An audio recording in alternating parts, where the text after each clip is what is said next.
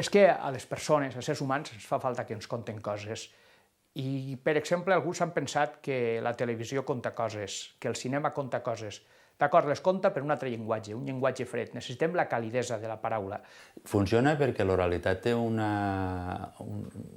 transmet una emoció, una estima, i parles des de l'ànima, des del cor, i això funciona i funcionarà sempre. La gent està equivocada quan creu que els efectes especials són el que val la pena. L'efecte especial el tenim en el nostre cervell, i si hi ha un contacontes que la paraula és capaç de crear-nos aquest efecte especial, fantàstic. El públic familiar és el més difícil que hi ha, que és xiquets i xiquetes de 2 anyets en l'alça, en carret, al braç, mamant, abuelos, abueles. Per tant, el públic familiar és algo molt especial, i si els pares, els majors, estan en la narració, se crea un clima que ha passat sempre. El cercle, l'escoltar, això funciona i funcionarà en totes les cultures. Hem de portar els contes a les trobades, a les escoles, a casa, al carrer, al pati, a la vora de la llar o a la vora de l'estufa, perquè hi ha gent que ja no té llar, on siga. Però la paraula viva és molt important. I el que per a mi sí que és una cosa significativa és, jo intente, com en aquest cas soc creatiu, perquè m'invente les històries al vol si fa falta, aleshores que no repetir cap història quan torne a l'any següent a un mateix lloc.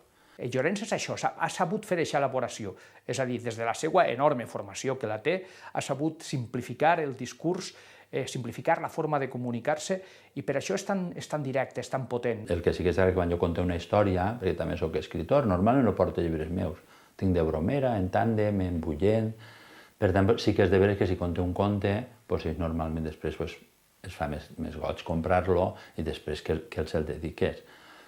Sant Bori és un joc que al meu poble denominaven la tella i que ara s'ha connotat clarament d'un premi literari. En si la paraula premi és secundari, però la paraula literària és molt important perquè és posar els xiquets en situació de crear i de crear en la seva pròpia llengua o en la llengua que estan aprenent a l'escola, perquè no oblidem que molts xiquets aprenen en valencià en situació d'immersió, que és un programa molt, molt interessant. I això que un xiquet després es vega reconegut a la seva escola i que els amics i les amigues, els companys de classe vegin que un company seu ha escrit un llibre, un conte, i que aquest conte després se publica.